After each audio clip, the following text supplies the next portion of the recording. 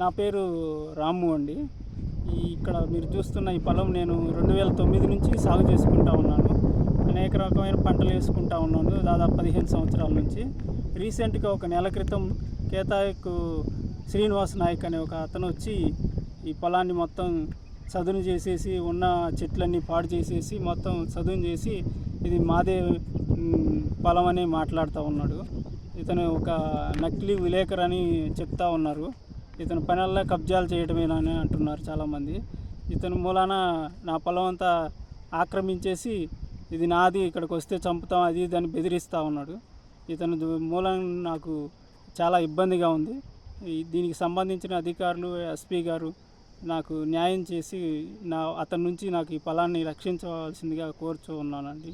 దీనికి సంబంధించిన అంతకుముందు పోయిన సంవత్సరం వేసాను నేను ఈ కుంకిడి చెట్లు. ఈ కుంకిడి చెట్లన్నీ పాడు చేసాడు అనమాట. ఇట్లా ఉన్న కుంకిడి చెట్లని ఇట్లా మొత్తం చెట్లని నాశనం చేసి ఇట్లా పడగొట్టేసాడు మట్టి అంతా. ఇదిగోండి నేను 2009లో తీసుకున్నటువంటి అగ్రిమెంట్ పేపర్ కూడా ఉంది నా దగ్గర. ఇదిగోండి ఇది నాకు 2010లో మండల్ రెవెన్యూ వాళ్ళు ఇచ్చినటువంటి పేపర్. మేము వీళ్ళందరము ఇక్కడ సాగు చేసుకుంటా ఉన్నాం. ఇట్లా ఉంటే మేము సాగు చేసుకుంటా ఉంటే ఇప్పుడు కొత్తగా అతనికి ఇక్కడ ఈ అపార్ట్మెంట్లు పడ్డాయని అతని కన్ను దీని మీద పడింది.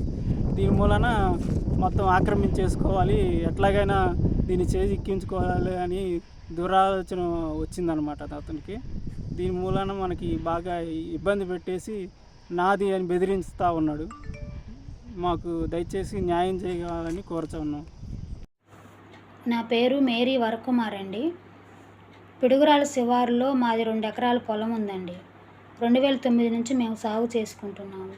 మేము సాగు చేసుకున్న పొలంలో మేము కుంకుడు చెట్లు వేసుకున్నామండి. అయితే ఒక 10 రోజుల నుంచి ఒక శ్రీనివాస్ నాయక్ అనే అతను వచ్చి మా పొలాన్ని జేసీపీలతో పాడు చేసేసి అంత గందరగోళం చేశాడండి. బాగున్న మొక్కల్ని పాడు చేసేసాడు. అయితే అదేందని అడిగితే దౌర్జన్యంగా మాట్లాడుతున్నాడు, ఇది మా పొలం అని. అయితే చాలామంది భూములు అలాగే కబ్జా చేశాడంటండి. అది మాకు తెలిసింది. అయితే ఎలాగైనా మా పొలాన్ని మాకు ఇప్పించమని, దీనికి సంబంధించిన అధికారులు న్యాయం చేయమని కోరుకుంటున్నామండి. నమస్తే అండి.